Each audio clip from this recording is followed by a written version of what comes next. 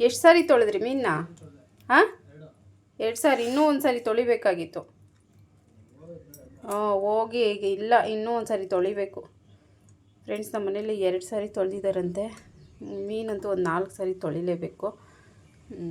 ನಾನು ಇನ್ನೂ ಒಂದು ಸಾರಿ ತೊಳ್ಕೊತೀನಿ ಇದನ್ನು. ಇಲ್ಲೆಲ್ಲೋ ಕೆರೆ ಹತ್ರ ಹಿಡಿತಾ ಇರ್ತಾರಂತ, ಅವಾಗ ತಗೊಂಬಂದ್ರೆ ಇದು ಕ್ಲೀನ್ ಮಾಡಬೇಕಲ್ಲ. ಮನೆ ಕಿಟಪ್ಪನು ನೆನ್ನೆ ಇವತ್ತಿಗೆ 8 ದಿವಸ ತಂದಿದ್ರಂತೆ. ಕ್ಲೀನ್ ಮಾಡ್ತಾರಂತ. ಕ್ಲೀನ್ ಮಾಡ್ಕೊಡಲ್ಲ ಅವರು, ಕ್ಲೀನ್ ಮಾಡಬೇಕು. ಇದೇ ನೀತ ಹಿಂಗೆ ಕಟ್ ಮಾಡವ್ರೆ ಈ ಸೈಡು. ಇದು ಒಂದೇ ಮೀನು, ದೊಡ್ಡ ಮೀನು ಇದು. ನೋಡಿ, ಇದೆಲ್ಲ ಕ್ಲೀನಾಗಿ ಒಂದ್ಸರಿ ವಾಶ್ ಮಾಡಬೇಕಾಗಿತ್ತು. ಉಪ್ಪೆಲ್ಲ ಹಾಕಿದ್ದ, ಉಪ್ಪು, ಈರುಳ್ಳಿ, ಒಂದು ಸ್ವಲ್ಪ ನಿಂಬೆಹಣ್ಣೆಲ್ಲ ಹಾಕಬೇಕಾಗಿತ್ತು. ನಿಂಬೆಹಣ್ಣು ಹಾಕಿಲ್ಲ. ಎಷ್ಟೈತೆ? ಎಷ್ಟು ಕೆ ಜಿ?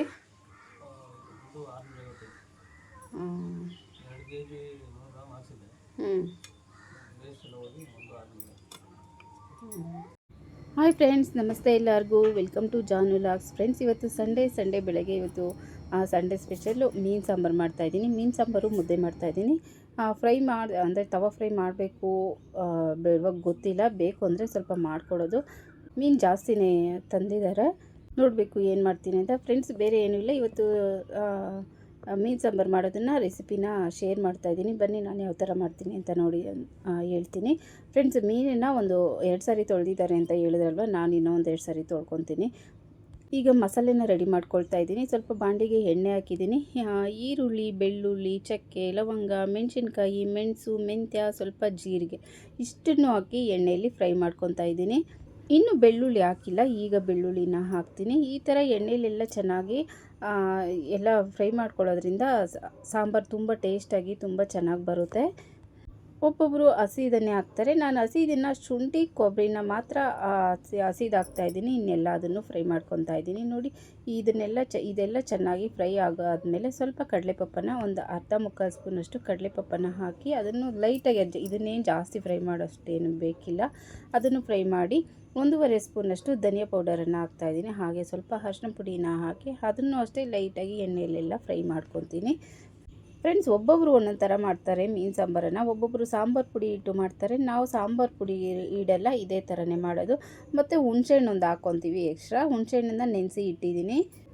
ನೋಡಿ, ಸ್ವಲ್ಪ ಹುಣಸೆಹಣ್ಣನ್ನು ಈ ಥರ ನೀರಲ್ಲಿ ನೆನೆಸಿ ಇಟ್ಟಿದ್ದೀನಿ. ಇದನ್ನು ರಸ ತೆಗೆದಾದರೂ ಹಾಕ್ಬೋದು, ರುಬ್ಬೋದಕ್ಕಾದರೂ ಹಾಕ್ಬೋದು. ನಾನು ರಸ ತೆಗೆದೇ ಬಿಡೋಣ ಅಂತ ನೀರು ಸ್ವಲ್ಪ ಹಾಕಿ ನೆನೆಯೋದಕ್ಕೆ ಇಟ್ಟಿದ್ದೀನಿ. ಒಂದು 10 ನಿಮಿಷ ನೀರಲ್ಲಿ ಹಾಕಿದ್ರೆ ಅದು ಚೆನ್ನಾಗೆಲ್ಲ ನೆಂದು ರಸ ಎಲ್ಲ ಚೆನ್ನಾಗಿ ಬಿಟ್ಕೊಳ್ಳುತ್ತೆ.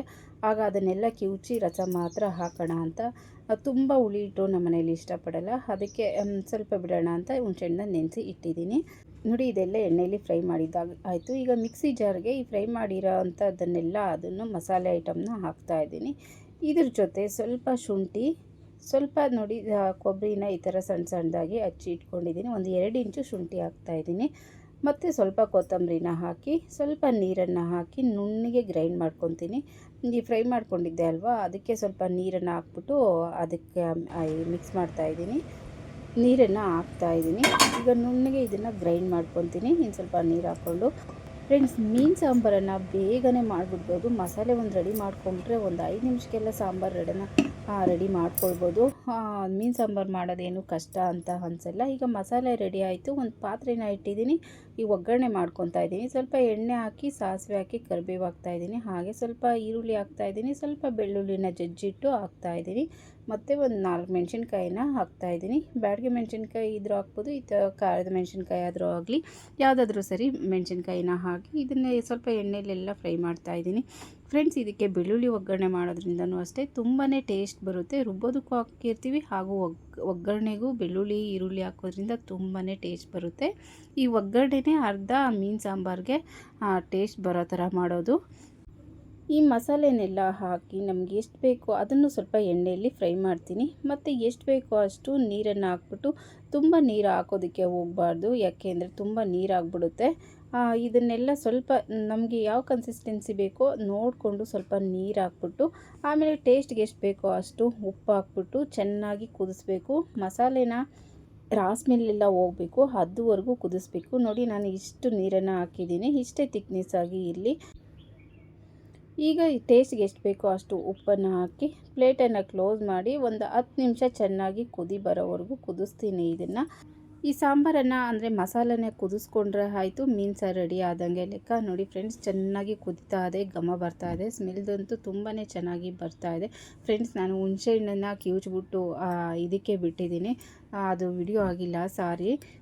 ಅದು ರಸ ಮಾತ್ರ ಬಿಟ್ಟಿದ್ದೀನಿ. ಫ್ರೆಂಡ್ಸ್, ಮೀನು ಸಾಂಬಾರಿಗೆ ಹುಣಸೆಹಣ್ಣೆ ಇಂಪಾರ್ಟೆಂಟ್, ಹುಣಸೆಹಣ್ಣನ್ನಂತೂ ಹಾಕಲೇಬೇಕು. ನೋಡಿ, ಈಗ ಕುದೀತಾ ಇದೆ ಅಲ್ವಾ, ಅದಕ್ಕೆ ಮೀನು ಹಾಕ್ಬಿಟ್ಟು ತಿರುಕೊಡೋದೇನು ಬೇಡ ಫ್ರೆಂಡ್ಸ್, ತುಂಬ ನುಣ್ಣಗೆ ಆಗಿಬಿಡುತ್ತೆ. ಅದಕ್ಕೆ ಜಸ್ಟ್ ಈ ಥರ ಮಾಡಿಬಿಟ್ಟು ಪ್ಲೇಟ್ ಮುಚ್ಚಿದ್ರೆ ಆಯಿತು. ಒಂದು ಸಾರಿ ಈ ಥರ ಮಿಕ್ಸ್ ಮಾಡಿ, ಪದೇ ಪದೇ ತಿರುಕೊಡೋದಕ್ಕೆಲ್ಲ ಹೋಗಬಾರ್ದು. ಇದನ್ನು ಈ ಕುದೀತಾ ಇರೋದಕ್ಕೆ ಹಾಕ್ಬಿಟ್ಟು ಪ್ಲೇಟ್ ಮುಚ್ಚಿದ್ರೆ ಸಾಕು, ಮೀನಂತೂ ಕರೆಕ್ಟಾಗಿ ಬೆಂದಿರುತ್ತೆ. ಸ್ವಲ್ಪ ಯಾಮಾರಿದ್ರು ಇದು ನುಣ್ಣಗೆ ಆಗಿಬಿಡುತ್ತೆ. ಇಲ್ಲಿ 1-2 ಸೆಕೆಂಡ್ ಬೇಯಲಿ ಅಂತ ಏನಾದರೂ ಬಿಟ್ಟರು ಅದಂತೂ ನುಣ್ಣಗೆ ಆಗಿಬಿಡುತ್ತೆ, ಅನ್ನ ಥರ. ನೋಡಿ, ನಾನು ಈ ಥರ ಎಲ್ಲ ಲೈಟಾಗಿ ಜಾಸ್ತಿ ತಿರುವೇ ಇಲ್ಲ ನೋಡಿ, ಆ ಥರ ಹಾಕ್ಬಿಟ್ಟು ಪ್ಲೇಟ್ ಮುಚ್ಚಿದ್ದೀನಿ. ನೋಡಿ ಫ್ರೆಂಡ್ಸ್, ಆಯಿತು, ಒಂದು ಕುದಿ ಬಂತು ನೋಡಿ, ಅಲ್ಲಿಗೂ ಎಲ್ಲ ಚೆನ್ನಾಗಿ ಬೆಂದ್ಬಿಟ್ಟಿದೆ. ಫ್ರೆಂಡ್ಸ್, ಮೀನು ಸಾಂಬಾರು ಮಾಡುವಾಗಂತೂ ಇದನ್ನು ಬೇಯಿಸೋದಂತೂ ಹುಷಾರಾಗಿ ಬೇಯಿಸ್ಕೊಬೇಕು, ತುಂಬ ಕೇರ್ ತೊಗೊಂಡು ಮಾಡಬೇಕು. ಸ್ವಲ್ಪ ಯಾಮಾರಿದ್ರು ಎಲ್ಲ ಮಸಾಲೆ ಕುದೀತಾ ಇರುತ್ತಲ್ವ, ಅದಕ್ಕೆ ಹಾಕಿ ಪ್ಲೇಟ್ ಮುಚ್ಚಿ ಒಂದು 5 ನಿಮಿಷ ಬಿಟ್ಟರೆ ಸಾಕು ಫ್ರೆಂಡ್ಸ್, ಮೀನು ಎಲ್ಲ ಕರೆಕ್ಟಾಗಿ ಬೆಂದಿರುತ್ತೆ. ನೋಡಿ, ನಾನು ಅಲ್ಲಿಗೂ ಸ್ವಲ್ಪ ಬೆಂದೇ ಬಿಡ್ತು ಜಾಸ್ತಿ ಅಂತಲೇ ಹೇಳ್ಬೋದು. ಇಷ್ಟೇ ಫ್ರೆಂಡ್ಸ್, ಮೀನು ಸಾಂಬಾರು ರೆಡಿ ಆಯಿತು. ನಾನು ಈ ಥರ ಮಾಡ್ತೀನಿ. ಹಾಗೆ ಸಾಂಬಾರು ಕುದಿಯುವಾಗಲೇ ಮುದ್ದೆನೂ ಮಾಡಿದೆ, ಹಾಗೆ ರೈಸು ಮಾಡಿಟ್ಕೊಂಡಿದ್ದೀನಿ. ಸೌತೆಕಾಯಿ ಇನ್ನೂ ಕಟ್ ಮಾಡಿಲ್ಲ. ನಾನ್ ವೆಜ್ಗೆಲ್ಲ ಈರುಳ್ಳಿ ಅದು ಸೌತೆಕಾಯಿ ಇದ್ರೇ ಅದು ನಾನ್ ವೆಜ್ಜು ಊಟ ಕಂಪ್ಲೀಟ್ ಆಗೋದು ಅಂತಲೇ ಹೇಳ್ಬೋದು. ನಾನು ನಮ್ಮ ಮನೆಯವ್ರಿಗೆಲ್ಲ ಬಡಿಸಿ ಕೊಡ್ತಾಯಿದ್ದೀನಿ. ಫ್ರೆಂಡ್ಸ್, ತುಂಬಾ ಟೇಸ್ಟಾಗಿತ್ತು, ತುಂಬಾ ಸಖತ್ತಾಗಿತ್ತು. ಫ್ರೆಂಡ್ಸ್, ನೀವೆಲ್ಲ ಯಾವ ಥರ ಮಾಡ್ತೀರಿ? ನಾನಂತೂ ಈ ಥರ ಮಾಡ್ತೀನಿ. ನೀವು ಬೇರೆ ಥರ ಮಾಡೋಂಗಿದ್ರೆ ನಾನು ಮಾಡೋ ಸ್ಟೈಲಲ್ಲಿ ಒಂದು ಸಾರಿ ಮಾಡಿ ನೋಡಿ, ಹೇಗಿರುತ್ತೆ ಅಂತ ಕಮೆಂಟಲ್ಲಿ ಹೇಳಿ. ತುಂಬಾ ಸಖತ್ತಾಗಿತ್ತು ಅಂತ ಹೇಳ್ಬೋದು. ಫ್ರೆಂಡ್ಸ್, ಹಾಗೆ ರಕ್ಷಾ ಅಂದರೆ ನನ್ನ ಮಗಳು, ಅವಳು ಸಾಂಬಾರೆಲ್ಲ ಇಷ್ಟಪಡಲ್ಲ, ನನಗೆ ಫ್ರೈ ಬೇಕು ಅಂದು, ಅದಕ್ಕೆ ಫ್ರೈ ಎಲ್ಲ ಮಿಕ್ಸ್ ಮಾಡಿ ಇಟ್ಟಿದ್ದೆ, ಕಲಿಸ್ಬಿಟ್ಟು ಇಟ್ಟಿದ್ದೆ, ಅವಳೇ ಹಾಕ್ಕೊಂಡಿದ್ಲು. ನಾನು ಅದನ್ನು ಫ್ರೈ ಮಾಡೋದನ್ನೇನು ವಿಡಿಯೋ ಮಾಡಿಲ್ಲ. ಅಲ್ಲಿ ಅವಳಿಗೆ ಎಷ್ಟು ಬೇಕೋ ಅಷ್ಟನ್ನು ಮಾತ್ರ ಹಾಕ್ಕೊಂಡಿದ್ಲಲ್ವ, ಅವಳು ತಿನ್ನೋವಾಗ ನೋಡಿ ಒಂದು ವಿಡಿಯೋನ ಮಾಡಿದೆ. ಅವಳು ತವಾ ಫ್ರೈ ಅಷ್ಟೇ ಫ್ರೆಂಡ್ಸ್, ತುಂಬಾ ಟೇಸ್ಟಾಗಿತ್ತು. ರಕ್ಷೆ ಹೇಳ್ತಿದ್ಲಮ್ಮ, ತುಂಬ ಸಖತ್ತಾಗಿದೆ, ಚೆನ್ನಾಗಿದೆ ಅಂತ ಹೇಳ್ತಿದ್ಲು. ಮಸಾಲೆನ ಮನೆಯಲ್ಲೇ ಹಾಕಿದ್ದೆ. ತವಾ ಫ್ರೈಗೆ ಸ್ವಲ್ಪ ಪೆಪ್ಪರ್ ಪೌಡರ್, ಸ್ವಲ್ಪ ಸಾಲ್ಟು, ಮತ್ತು ಸ್ವಲ್ಪ ಗರಂ ಮಸಾಲ, ಸ್ವಲ್ಪ ಶುಂಠಿ ಬೆಳ್ಳುಳ್ಳಿ ಪೇಸ್ಟ್, ಸ್ವಲ್ಪ ಚಿಲ್ಲಿ ಪೌಡರ್, ಸ್ವಲ್ಪ ಕೊರಿಯಂಡರ್ ಪೌಡರ್, ಇದನ್ನು ಹಾಕಿ 1 ಸ್ಪೂನ್ ಎಣ್ಣೆ ಹಾಕಿ ಮಿಕ್ಸ್ ಮಾಡಿದ್ದೆ ಅಷ್ಟೇ ಫ್ರೆಂಡ್ಸ್. ಅದನ್ನು ತುಂಬಾ ಸಿಂಪಲಾಗಿ ಹಾಕಿದ್ದೆ. ಹಾಗೆ ಸ್ವಲ್ಪ ನಿಂಬೆ ರಸನ ಹಾಕಿದ್ದೆ. ತುಂಬ ಟೇಸ್ಟಾಗಿದೆ, ಸಖತ್ತಾಗಿದೆ ಅಂತ ಹೇಳ್ತಿದ್ಲು. ನಾವಂತೂ ಇನ್ನೂ ಟೇಸ್ಟ್ ಮಾಡಿಲ್ಲ, ಬೆಳಗ್ಗೆ ನಾವು ಊಟ ಮಾಡಿದ್ದು ಲೇಟ್ ಆಗಿತ್ತಲ್ವ, ಅದಕ್ಕೆ ನಾವೇನು ಟೇಸ್ಟ್ ಮಾಡಿಲ್ಲ, ರಾತ್ರಿ ಊಟ ಮಾಡೋಣ ಅಂತ. ಫ್ರೆಂಡ್ಸ್, ಈ ಥರ ಮಾಡಿದ್ದೆ ಮೀನು ಫ್ರೈ ಮತ್ತು ಮೀನು ಸಾಂಬಾರು. ಫ್ರೆಂಡ್ಸ್, ಈ ವಿಡಿಯೋ ನಿಮಗೆಲ್ಲ ಇಷ್ಟ ಆಯಿತು ಅಂತ ಅಂದ್ಕೊತೀನಿ. ಇಷ್ಟ ಆದರೆ ಪ್ಲೀಸ್ ಒಂದು ಲೈಕ್ ಮಾಡಿ. ಹಾಗೆ ಯಾರೆಲ್ಲ ನೋಡ್ತಿದ್ದೀರೋ ದಯವಿಟ್ಟು ಸಬ್ಸ್ಕ್ರೈಬ್ ಮಾಡ್ಕೊಳ್ಳಿ ಫ್ರೆಂಡ್ಸ್. ಯಾರು ಸಬ್ಸ್ಕ್ರೈಬ್ ಮಾಡ್ಕೊಂಡು ಸಪೋರ್ಟ್ ಮಾಡ್ತಿಲ್ಲ. ನನ್ನ ವಿಡಿಯೋಸಲ್ಲಿ ಏನಾದರೂ ಒಂದು ಯೂಸ್ಫುಲ್ ಆಗೋವಂಥದ್ದು ವಿಷಯ ಇದ್ದೇ ಇರುತ್ತೆ. ಏನಾದರೂ ಟಿಪ್ಸು, ಹೋಮ್ ರೆಮಿಡೀಸು ಆ ಥರ ಅಂದರೆ ಎಲ್ಲರಿಗೂ ಯೂಸ್ ಆಗೋ ಹಂಗೆ ವಿಡಿಯೋ ಮಾಡೋಕ್ಕೆ ಟ್ರೈ ಮಾಡ್ತೀನಿ ಅಂತ ಹೇಳ್ತಾ ಇವತ್ತಿನ ವಿಡಿಯೋನ ಮುಗಿಸ್ತಾ ಇದ್ದೀನಿ ಫ್ರೆಂಡ್ಸ್. ನಿಮ್ಮ ವ್ಯಾಲ್ಯೂಬಲ್ ಟೈಮ್ ನನ್ನ ವಿಡಿಯೋಗೆ ಕೊಟ್ಟಿದ್ದಕ್ಕೆ ತುಂಬಾ ಥ್ಯಾಂಕ್ ಯು. ಮುಂದಿನ ವಿಡಿಯೋಲಿ ಭೇಟಿಯಾಗೋಣ ಅಂತ ಹೇಳ್ತಾ, ಟೇಕ್ ಕೇರ್, ಬಾಯ್.